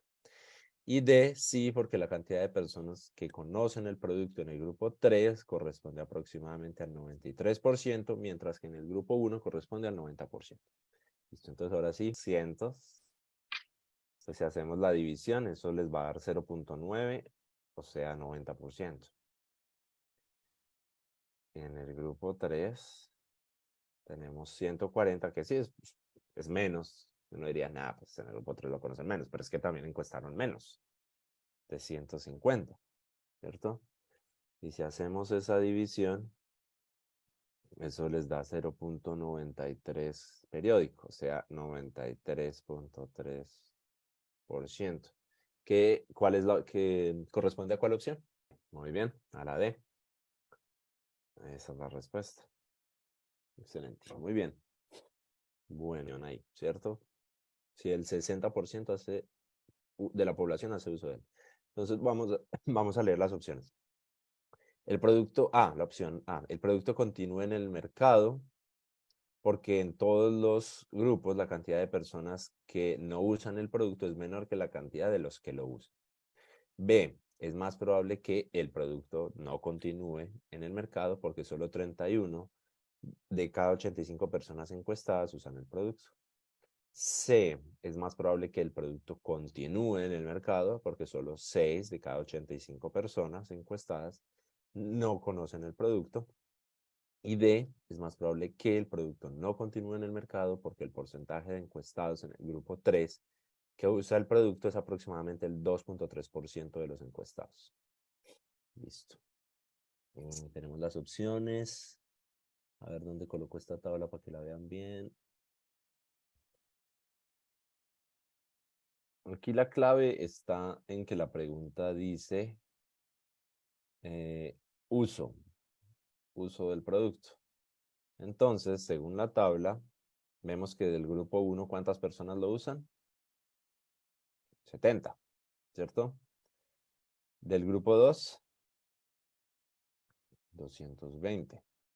Del grupo 3, 20. O sea que en total, ¿cuántas personas usan el producto? ¿Cuánto les da esa suma?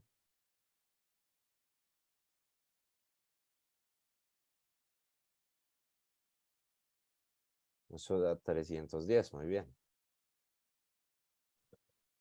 Y ahora ese 310 lo tenemos que comparar contra qué número. Aquí nos dicen que si el 60% de la población, ¿cuál es la población de la encuesta?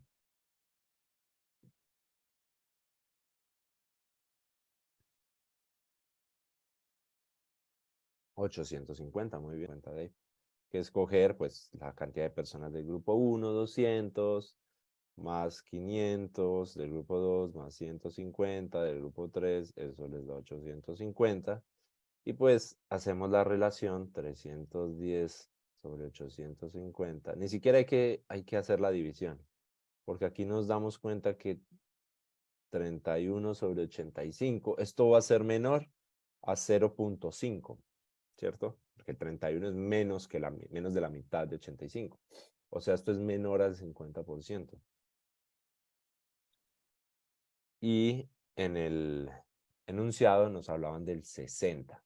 ¿Listo? Entonces ya sabemos que el producto no continúa, o sea, la B o la D. Y luego vemos que en la B precisamente están hablando de 31 de cada 85 personas, que es esto de acá. Bien.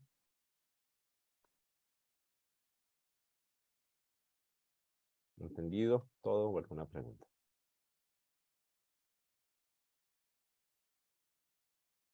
Bueno, vamos entonces con el 21. Uf, este sí que toca leerlo bien. La 1 tenemos, pues al lado izquierdo, como filas, tenemos las rutas, ruta 1, ruta 2, ruta 3. Y como encabezado de las columnas tenemos los modelos de los carros, modelo A, modelo B, modelo C, ¿cierto? Entonces, por ejemplo, ¿qué significa este 3? ¿Qué me dicen? ¿Qué significa este 3? Entonces, por ejemplo, aquí este 0 significa que no hay vehículos de modelo A en la ruta 2. ¿Listo? Y ahora, por ejemplo, en la tabla 2 tenemos a la izquierda, en el nombre de las filas, el modelo de los autos, A, B y C. Y arriba, como encabezado de las columnas, tenemos pues los días de la semana en los que se hacen esas rutas. Entonces, por ejemplo, ¿qué significa este 9? Vehículo A consume 9 galones los miércoles y así con todo lo demás. Entonces, por ejemplo, este 7.5 significa que cada modelo B consume 7.5 galones los lunes. Listo. Después nos piden, por ahí llegó alguien, Juan Manuel. Después nos piden que crucemos esa información. Y dice, ay, Sara, la tabla que representa la información sobre el consumo de gasolina, o sea, ahí están hablando de la tabla 2, pero ahora por ruta, o sea, ya no por modelo, sino por ruta, durante los días de recorrido y en todas las opciones tenemos, al lado izquierdo acá tenemos las rutas, al lado derecho, al lado de arriba, o en la parte de arriba tenemos los días de la semana, y pues esto sería la cantidad de galones. Entonces, por ejemplo, este 30, ¿qué significa? Significa que de la ruta 1, los lunes se gastan 30 galones. ¿Sí? De la ruta 3, los viernes, se gastan 42 galones. ¿Listo? Y nos están preguntando que cuál es la correcta. Aquí el ejercicio tal vez no deja muy claro algo que es importante para poder resolverlo. Y es que las tres rutas se hacen los 3 días. ¿Sí? O sea, cuando digo los 3 días es lunes, miércoles y viernes. O sea, la ruta 1 se hace lunes, miércoles y viernes, la ruta 2 se hace lunes, miércoles y viernes y la ruta 3 también. El ejercicio, a mi parecer, no lo deja muy claro, pero debería. Así es más fácil resolver. ¿Listo? Entonces, ahora sí. Tiempo para que me den sus respuestas. O para que lo hagan. Por ejemplo, la ruta 1 el miércoles. ¿Cuántos galones de gasolina se gastarán en la ruta 1 el miércoles? Entonces, aquí tenemos ruta 1, acá tenemos miércoles. Tenemos 3 carros del modelo A. Esos 3 carros van a salir el miércoles, ¿cierto? En la ruta 1. sea que cada uno de ellos se va a gastar 9 galones. Esto debería hacerlo con blanco. ¿Sí? Carlos dice que la D. Ok. Dave dice que la A. Ok. Luego, en la misma ruta 1 tenemos 8 carros modelo B. Y esos 8 carros de modelo B que salen el miércoles, así como lunes y viernes, pero el miércoles se van a gastar 6.4 galones cada uno. Más 8 por 6.4. Y nos falta el modelo C, que en el caso de la ruta 1 son 5 carros del modelo C, y cada uno de esos carros se va a gastar 5.75 galones. Entonces 5 multiplica 5.75. Y ya, ahí acabamos los carros de la ruta 1 para el miércoles. Si hacemos estas multiplicaciones, aquí nos da 27 galones, aquí nos da 51.2 galones, y aquí nos da 28.75 galones. Y si hacemos esta suma, nos da 106.95 galones. Esto es la ruta 1 el miércoles. ¿En cuál tabla ven ese número? Ruta 1 miércoles. Y el mismo ejercicio podríamos hacerlo con las demás rutas, ¿sí? Los demás días. Entonces, no sé, la ruta 1 el lunes, pues 3 por 10, más 8 por 7.5, más 5 por 6, y eso les va a dar 120. Sí, pero pues ya con que nos dé uno, ya, porque ningún otro tiene ese número. Entonces ya sabemos que la respuesta es la B. El ejercicio se reduce a lo que se llama una multiplicación de matrices, porque esto vendría siendo una matriz. Esto vendría siendo una matriz de 3 filas y 3 columnas. Y esto vendría siendo otra matriz de 3 filas y 3 columnas. Estas son las filas. Estas son las columnas. ¿Y cómo se multiplican las matrices? Pues entonces, ese es lo que estamos haciendo. Sí, escoger, pues va a salir una nueva matriz. ¿De qué tamaño? Pues esto no viene, uno no tiene que saber esto para resolver el ejercicio, pero seguramente van a ver algo de esto, posiblemente en alguna materia después. Entonces la nueva matriz va a ser de 3 por 3. ¿Sí? ¿Y cómo vamos a obtener cada una de las posiciones de la nueva matriz? Como acabamos de hacer. El elemento 1, 1 de la matriz va a ser 3 por 10 más 8 por 7.5 más 5 por 6. Y ahí tenemos el primer, que es 120. Luego, ¿cuál va a ser el segundo? El elemento en la posición 1, 2. Así se ubican en las matrices. 1, 1, porque es fila 1, columna 1. Luego 1, 2, fila 1, columna 2.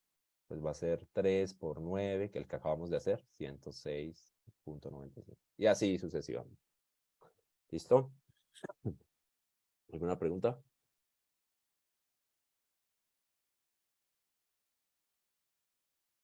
¿Todo bien? Listo. Pues vamos con el 22. Este es chévere. 22.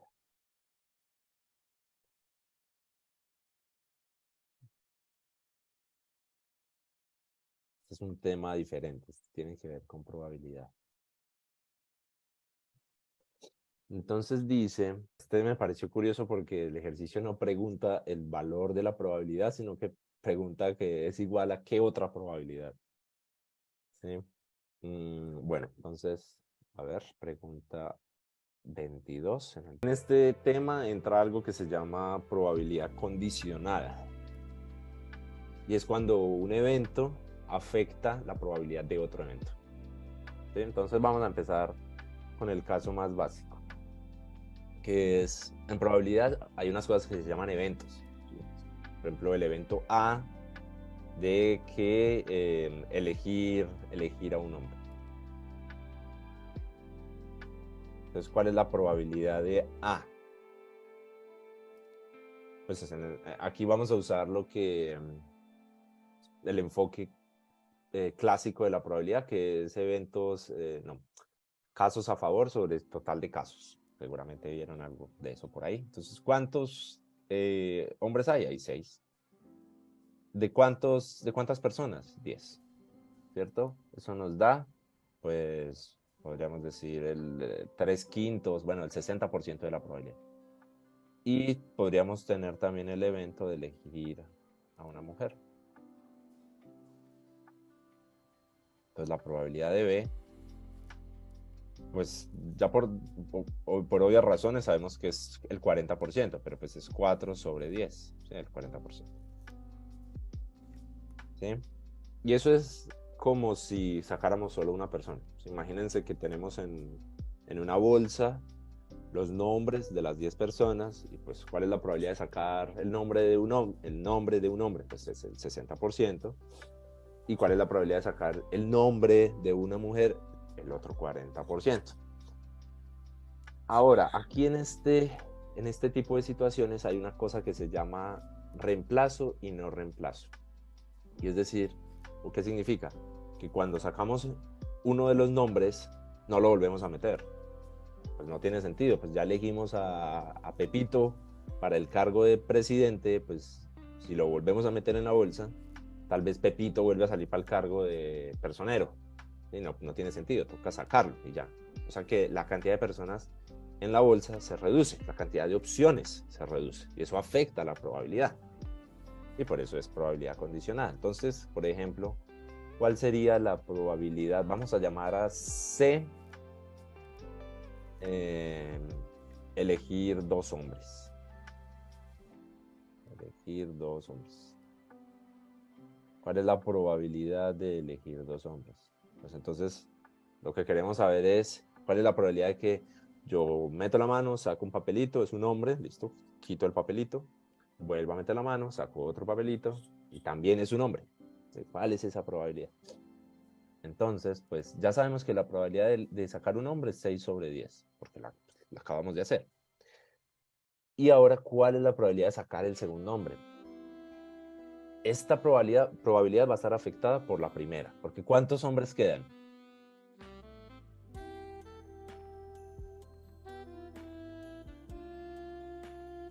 ¿Quedan 6?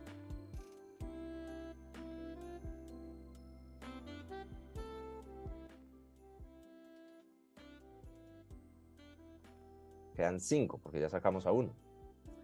¿Y cuántas personas quedan en la bolsa?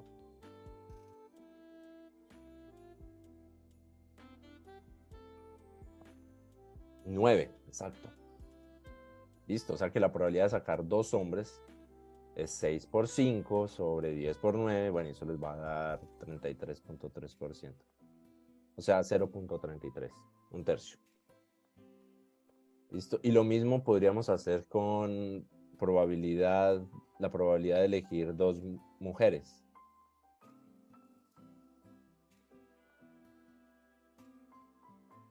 La probabilidad de elegir 2 mujeres sería, pues, tenemos la de una mujer y tenemos la de otra mujer.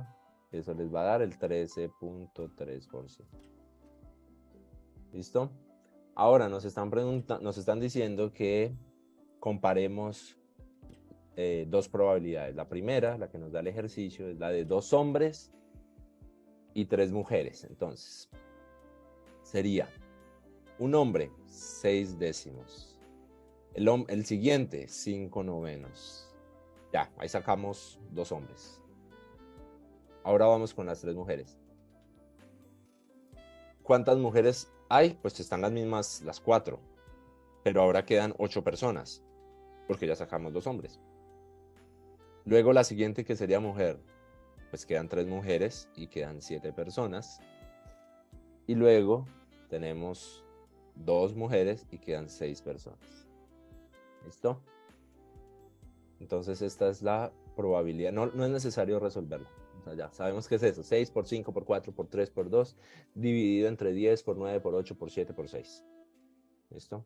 Y ahora nos preguntan que de todas estas de aquí, ¿cuál tiene esta misma probabilidad? Ah, pues es hacer el mismo ejercicio. Si 4 hombres. Ah, bueno, pues miremos para 4 hombres. Para 4 hombres y una mujer. Hombres y una mujer. Esto es 2 hombres y 3 mujeres. Para 4 hombres y una mujer, entonces sería 6 sobre 10, 5 sobre 9, 4 sobre 8, 3 sobre 7. Ahí acabamos los hombres. Y 4 mujeres sobre 6 que quedan. Miren que aquí en el numerador queda diferente. 6, 5, 4, 4 y 3. Y la que nosotros tenemos al principio es 6, 5, 4, 3, 2. Ya, o sea que la A descartada, no es lo mismo. Entonces ahora con esta misma estrategia, hagan ustedes estos 3. A ver cuál les da igual a esta. Ahí, 2 minutos para que lo hagan. Y me dicen. Si miramos el caso de 5 hombres y ninguna mujer, o sea, la D, me estorba esto ya. Pues entonces nos vamos a dar cuenta que, bueno, 6 sobre 10 el primer hombre, 5 sobre 9 el segundo, 4 sobre 8 el tercero, 3 sobre 7 el cuarto y 2 sobre 6 el quinto.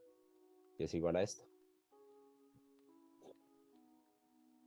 O sea que la respuesta es la D. Y recuerden, es probabilidad condicionada, porque todas las probabilidades después de la primera, o sea, esta, dependen o están condicionadas por la primera. Y a su vez, esta está condicionada pues por las 2 anteriores y así sucesivamente. ¿Bien?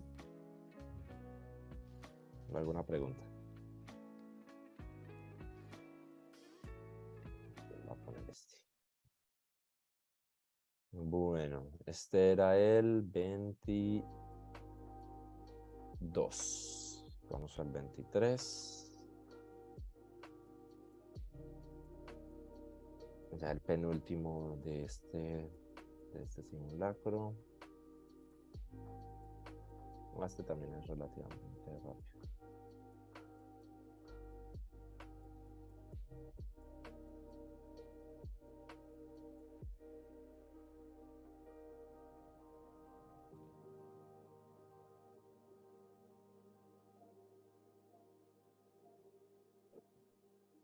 A ver, dice, realizar el diseño de un edificio, el arquitecto propone que el ascensor sea panorámico.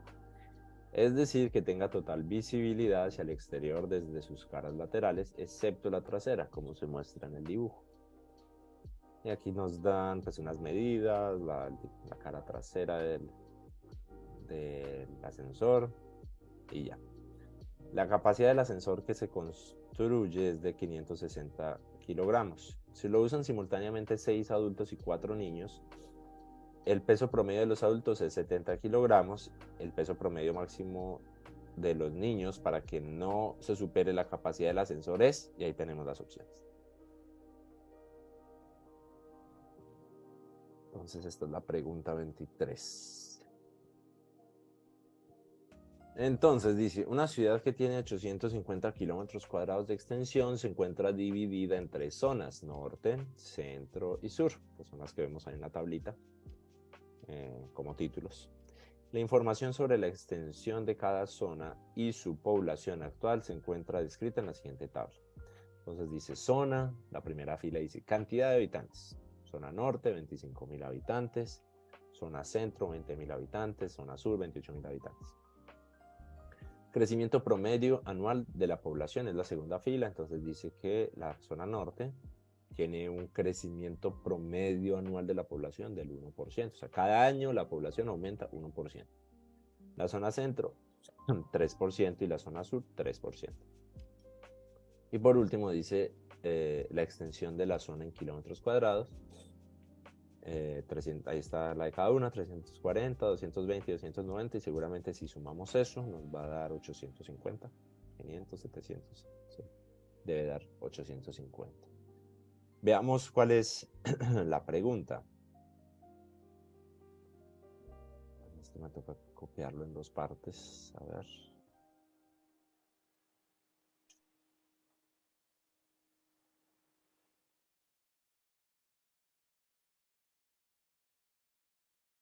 Entonces aquí está la primera parte. Dice, el Departamento de Planeación necesita establecer cuántos habitantes habrá por zona dentro de 2 años. Esta información la pueden encontrar en la gráfica. Bueno, y tenemos 4 opciones de gráficas. Ahí están las 2 primeras. Ya voy a copiar las otras 2, que son muy grandes. Acá están.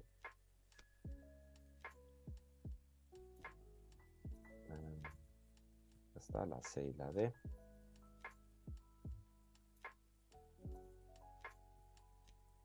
Uy, ¿por qué quedó por allá abajo? Listo. Entonces tenemos aquí las gráficas y como podemos ver,